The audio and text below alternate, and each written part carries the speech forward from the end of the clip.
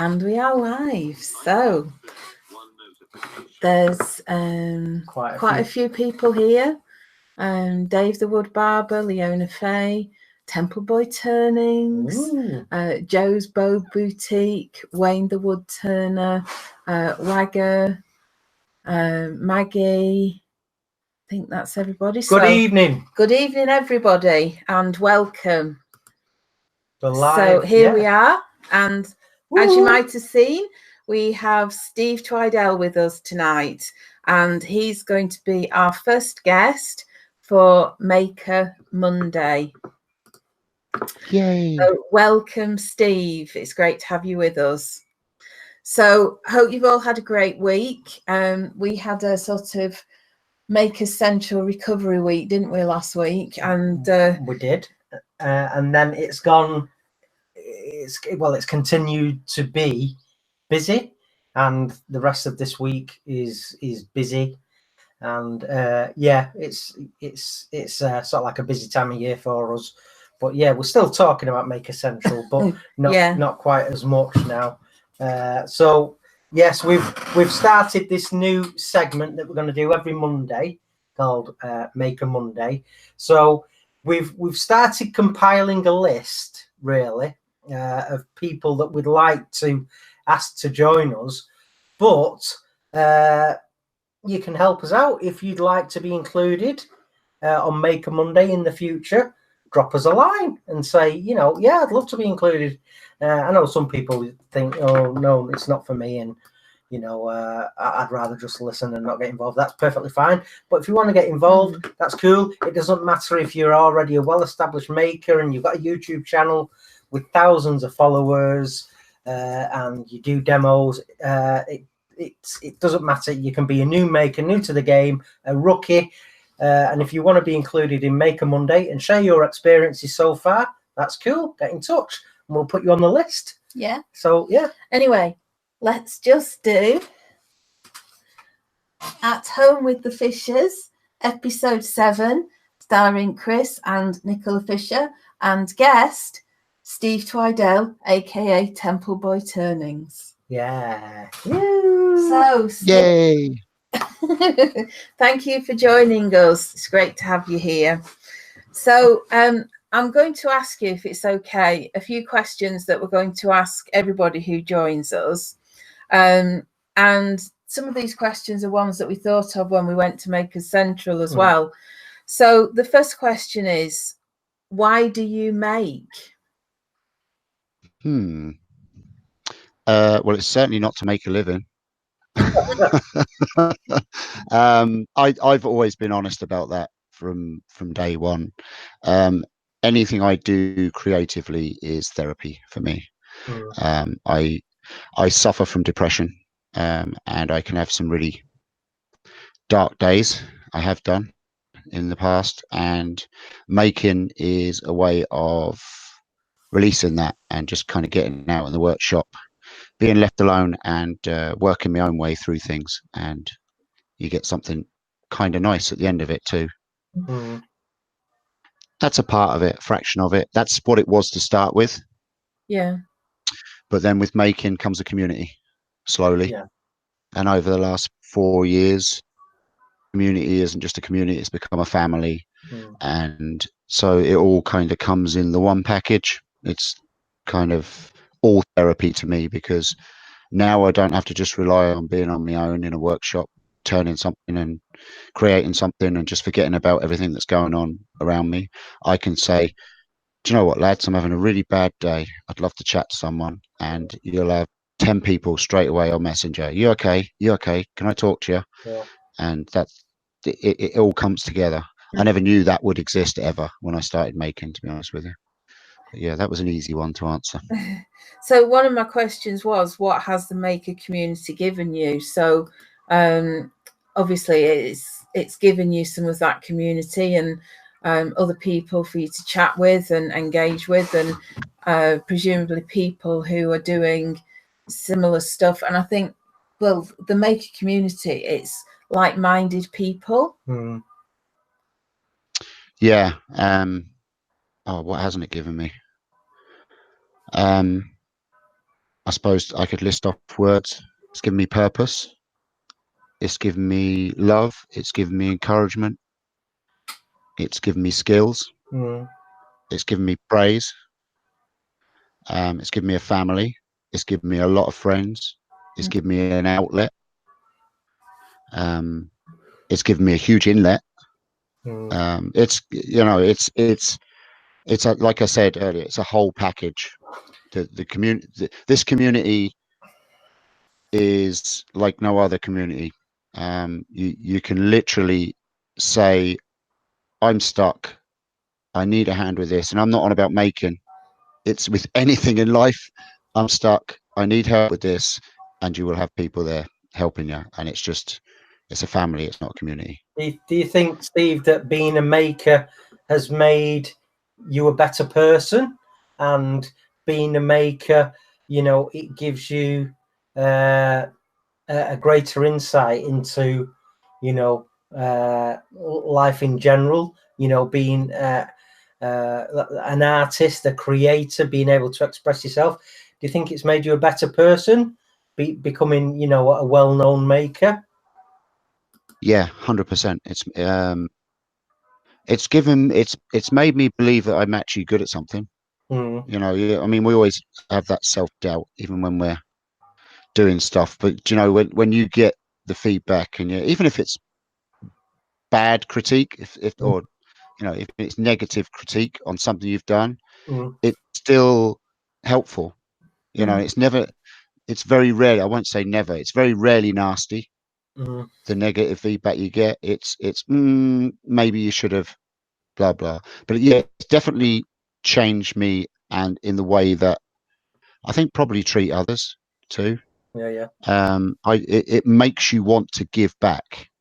When you receive so much love and so much support and so much encouragement and information, paying it forward, you just naturally want to pay it forward, and you naturally want to be as good as the people that are helping you. You know, you don't even have to think about it. All of a sudden, you start paying it forward without even realizing you're doing it. That's the good thing about a community, is that all the encouragement just oozes out of you, and you want to just be the best you can and the nicest person you can as well.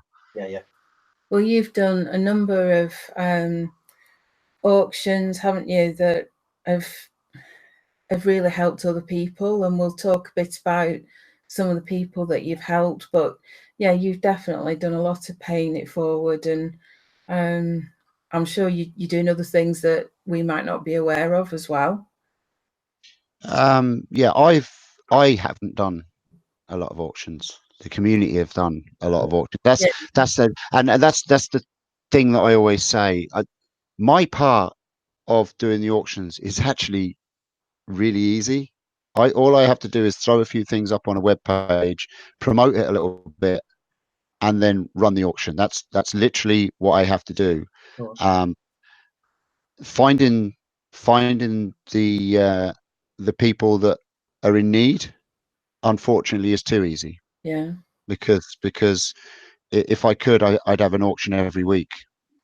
Do you know? Yeah. But you can't expect people to be making stuff and giving it to you every week. You know, the very first auction I did, all I did was put a shout out, and it just went boom, and it was really successful. The second auction that happened, I wasn't all that much part of, because I made the mistake, or myself and Steve Nealon made the mistake. We thought we'd get together and we'd turn it into a proper charity. You know, we thought it had all the right ingredients to be a proper charity and make a lot of money for special causes. And it was a mistake. It was genuinely a bad mistake, because we turned it into a corporation. When you turn it into a corporation, you've got taxes and money and blah, blah, costs and all this. And before you know it, every penny that you're getting in is going back to the government. It's ridiculous. There's no help in any kind of organization. So we shut that down. I had a really bad period that year. That was really a depressive year for me, because I thought, I messed up what I'd done the year before. But then I came back and did it all the original way I did it, and that's the way it will go from now on. Yeah. But yeah, it's not just me. I came up with the idea, and well, let's just have a look at some of the comments. Leona said they wouldn't be done if it wasn't for you, Steve. Dave the Wood Barber said you opened the gates for the auctions. So, you know, I think you were definitely the catalyst and the driving force. Let's just have a look. So a few people have said as well about why they make. Dave the Wood Barber, he makes because everyday life bores him. Maggie says because we can't not. Wayne says because I can. Given me everything to live for. Leona says it's given me my life back. So yeah, David says I make as a hobby and very much therapy. So yeah, so these people that are commenting, if you do want to, you know, get into greater detail with us, you know, please consider about letting us know, and we can get you on the podcast and we can talk more, because we're really interested to know what makes you lot tick, you know, and why you do what you do. And you're just touching on it there and mentioning, you know, in a few short words and sentences. But if you really would like to be a guest on the podcast, you know, get in touch and we can certainly put you on the guest list for future. So let me just read another one. The Blue Light Turner says I started in 2016 after being diagnosed with PTSD through my day job. I needed a hobby. Turning to me is better than therapy, and have some logs just kept for roughing when I need to de-stress.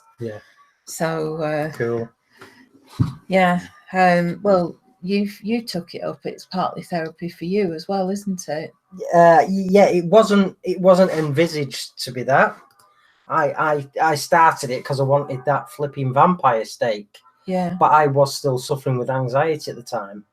Not at the worst point that it had been, where I was, you know, potentially, you know, thinking of doing some daft things. But since then, I've realised how much of a stress reliever it is, how much therapy it is, because when you're in the zone, and we've said this, and I've said it, when you're in your workshop working on a project, and you know you're trying to create something, you don't think about anything else. All you're thinking about is that project and how you want it to look, and you know what you're going to do next, and keeping safe. And you don't worry about anything. You're just there in the moment, and nothing else matters. And that's great, because you just let go of everything and you can really let yourself fly, you know. So it's great. It is great therapy, but I didn't start it out to be so. It's just evolved. It became that. So 5 hours in a workshop certainly goes a lot quicker than 5 hours at work.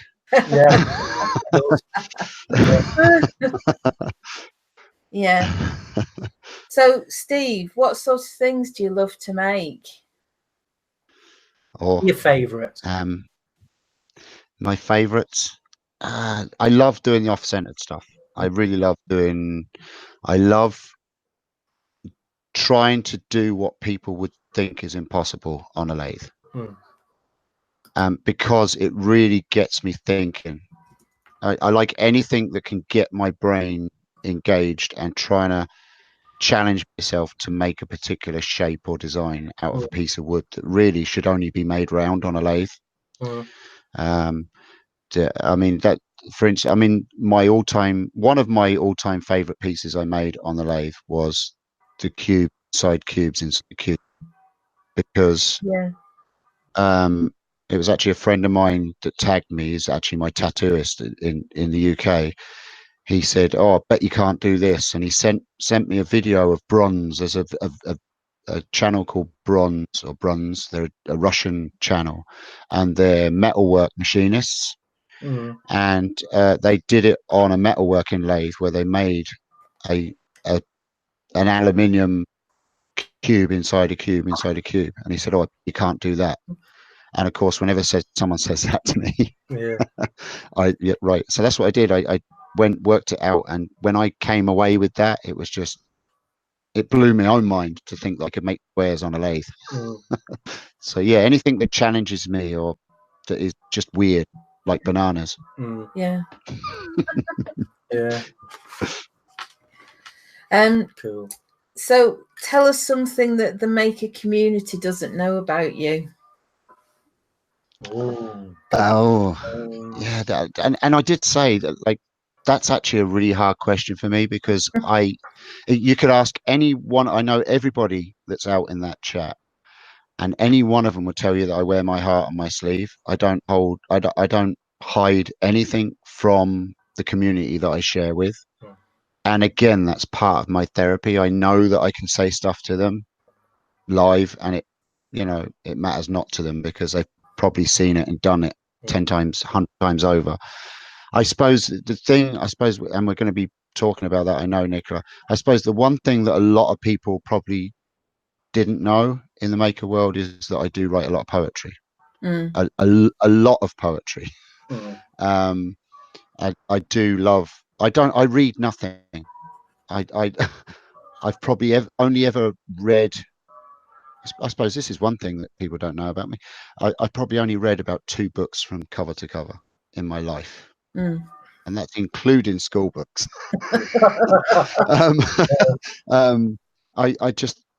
I don't have the patience for reading. I will get through a couple of pages and just completely zone out. I think because my head is constantly going 100 miles an hour and always has been. There's always something better to be thinking about than the words that are written on the page. Or I'll read something on a page and think, no, that should have been written like this, and I'll start rewriting the book that I'm reading. So it's just, yeah.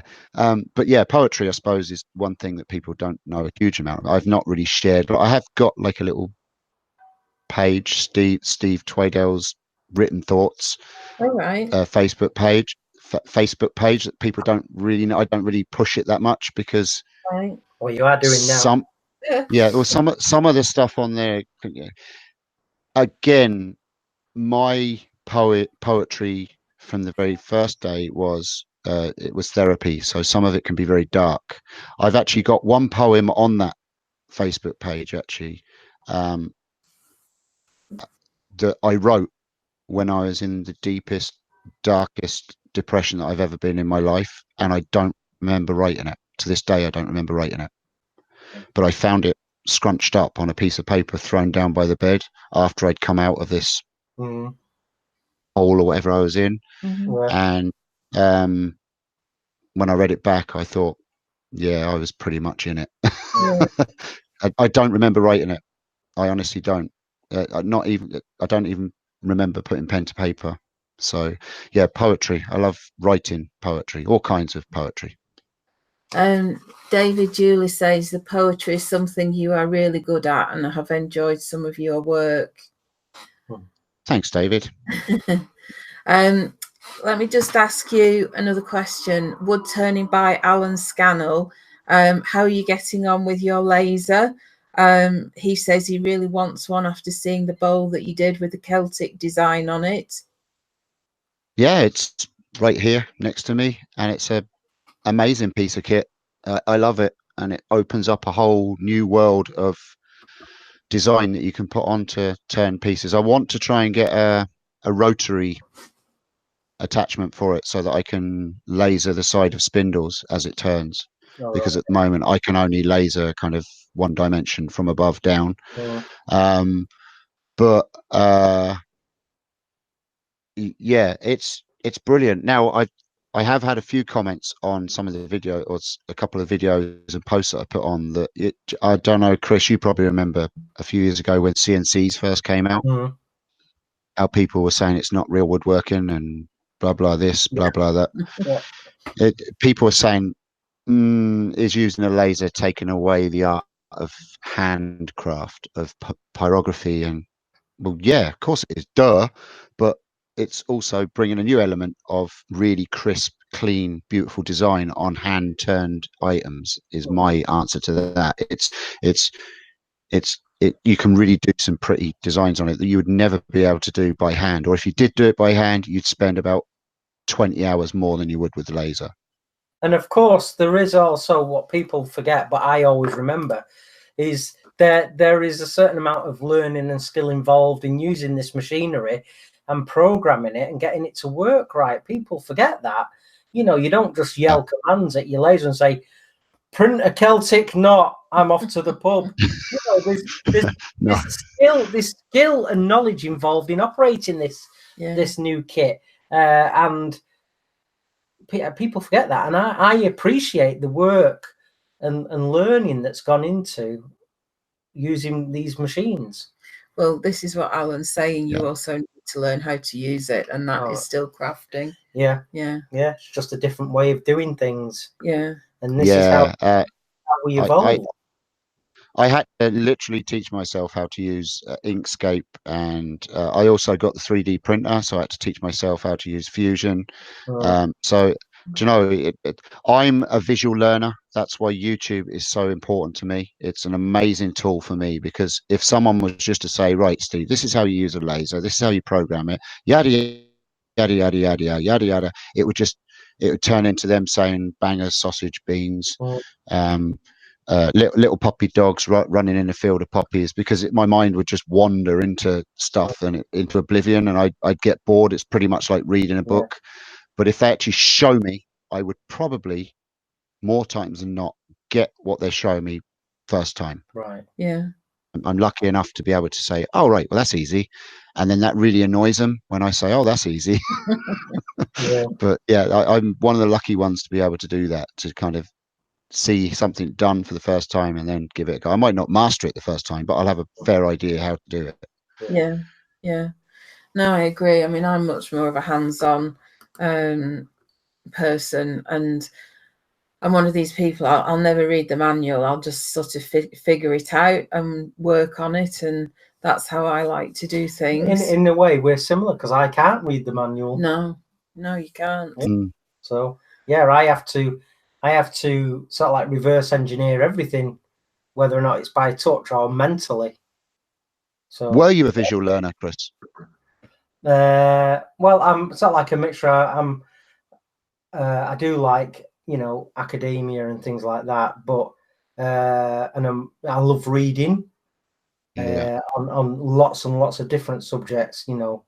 But yes, I was a visual learner, but let me just say, you know, more hands-on, but very similar to the medical model, see one, do one, teach one, which is really what you've just described. So that's how sort of like a lot of doctors really get on with what they're doing. It's see one, do one, teach one. So I did used to like that way. Dave the wood barber says most manuals are in a different language anyway, so no point in reading them. Leona says she has to do to learn. Maggie says show me, don't tell me. So I think it's true. Most people. It's probably a maker thing as well. There's probably something in the way. Give me that tool. Brains are wired. Put it in my hand. Let's get down to the fun part. You know, let's start messing around, and let's start experimenting, and let's start burning and blowing things up, and you know, screwing things together. You know, let's get our hands dirty. It's that, isn't it? So, yeah. So I read manuals. I just saw in the chat there about read a manual last. I actually read manuals to see if I got it right, so that I can go, no, I didn't need you. It's just like a big confidence boost for myself. That's why I read manuals only. Alan says I usually show the new guys in work what to do, and I find doing is better than reading. 100%. I think so as well. So if we just go back to the poetry, you've written a poem this week in collaboration with Andy Berkey. He's done a picture of I'm not sure if it's a sunset or a sunrise, but a sunrise, but a lovely sky and lovely sun. And you wrote a poem inspired by that photograph. Yeah, I did. I've been using poetry this week a lot, like I say, I use it when I'm feeling down or dark, or trying to prevent myself from getting down and dark. And obviously with the passing of Brandon Summerlin, it hit me a lot. I was very emotional last weekend, and I just wasn't. I went into the workshop, and if I stayed in the workshop, I probably would have lost an arm or killed myself, because I just wasn't 100% engaged with what I was doing. So I just decided, right, I'll go back to writing some poetry. And I was literally sitting writing one poem when I saw Andy Berkey, and I had Facebook open, and I saw Andy Berkey's little green light pop up that he was live. And then I saw a picture that he posted of, I think it was a blue, I think it was a blue picture. It's kind of a hazy blue color, but it was sunrise as well, I think. And he'd written a quote from a famous poet or writer or whatever. And I thought, do you know what? I'd love to take one of his pictures and see if I can do something with it. So I messaged him, and literally 20 seconds later, Andy sent that picture to me. And I put it up in front of me, and I just came up. In 15 minutes, I wrote the poem that I wrote for it. For Chris, Chris, do you want me to describe the picture for you? Yeah, please. That'd be cool. Okay, so the picture is of sunset. The sun is to the, if you imagine an A4 sheet, okay, the bottom third of the picture is quite dark, and you can't really make out. You can kind of see trees in the distance along the horizon, but towards the front of the picture, it's very dark. Kind of, you can make out trees and shrubbery and certain things, but it's just very dark. To the right of that, you've got a burst of bright orange or gold of the sun coming through over the horizon, and then from the top of that burst of gold is all sky. And as you move up from the sun, you've got pinks, greys, browns, for the middle third of the sheet, with some blue cloud to the left. And then the top third is real puffy, deep, swirling cloud in the same colors. So you've got three different textures coming into it. And that's the Nicola, would you say it's a fair description of the picture? That's a good description. Yeah. So that's the picture. Do you want me to read the poem for you? If you want, can you do that? Yeah, I can. I have it here. Okay. So I called it Thankful for the Sky. Now I might get emotional reading this, so forgive me. Fly with me. Feel the golden warmth upon your skin. We will soar together above the darkness of the world, wallow in the mystery of the clouds, and feel the crisp new air grasp our greedy lungs.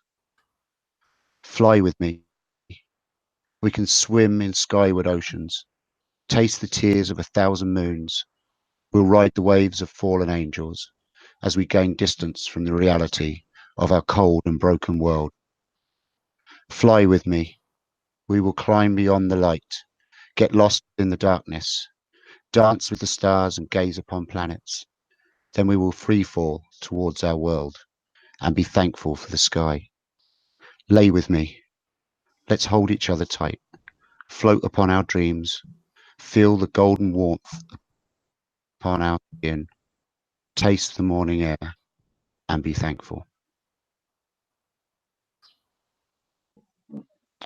And that's it's really beautiful, that, Steve. Yeah. So I mean, I've got my eyes are just a little bit, I don't mind admitting, I'm just a little bit teary there from listening to that. And it's a great poem, and it's made me feel quite emotional, that. So when a blind man cries. Great song. I mean, a lot of people thought that I wrote that for Brandon.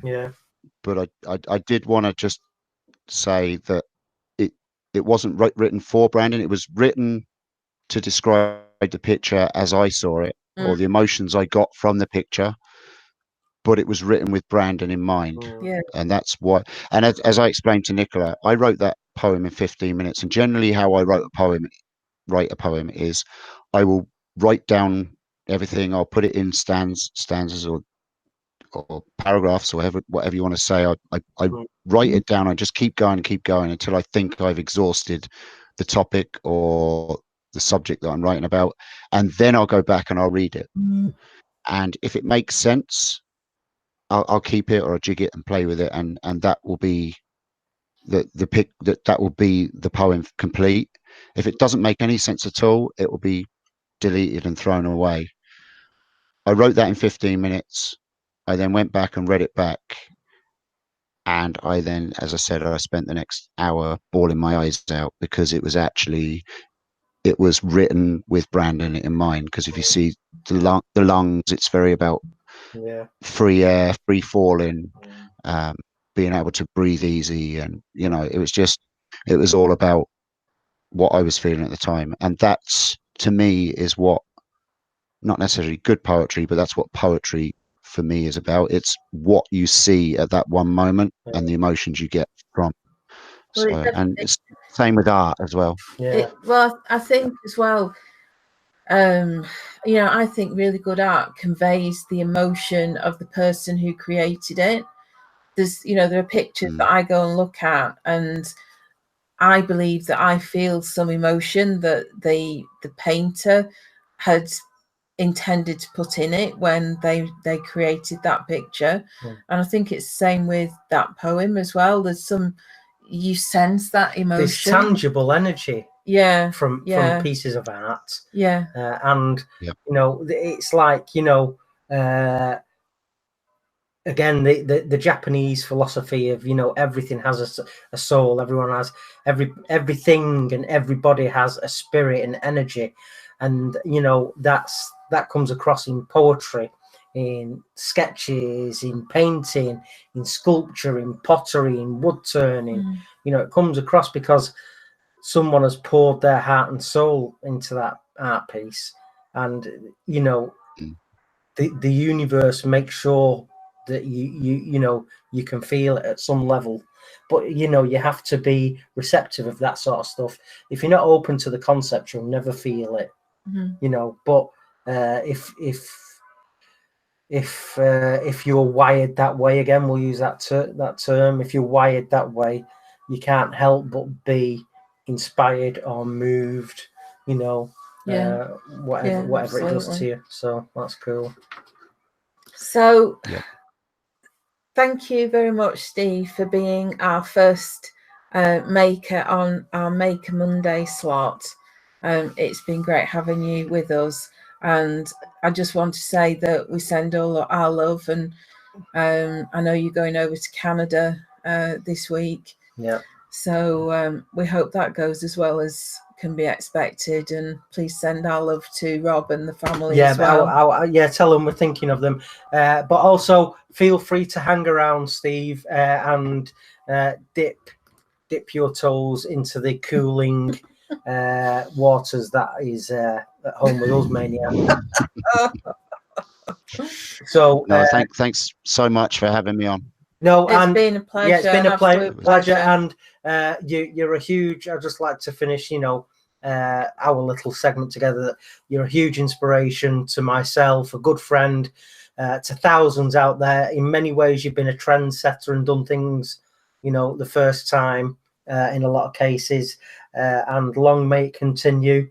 And it's been awesome having you as our first guest. And thanks for all the help you give us, man. Thank you. You've helped us enormously getting this podcast off the ground, and just sharing how you do the tech and stuff. Steve's been our go-to podcast hangout consultant.